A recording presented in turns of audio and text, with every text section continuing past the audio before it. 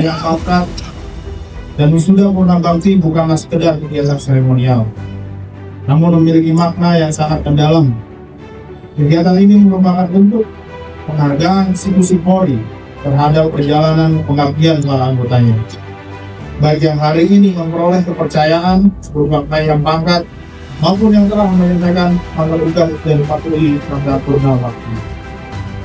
Pada para personil Polres Tegal yang hari ini mendapatkan kenaikan pangkat setingkat lebih tinggi, saya sama pribadi dan pimpinan Polres Tegal serta seluruh segenap anggota Polres Tegal mengucapkan selamat dan sukses.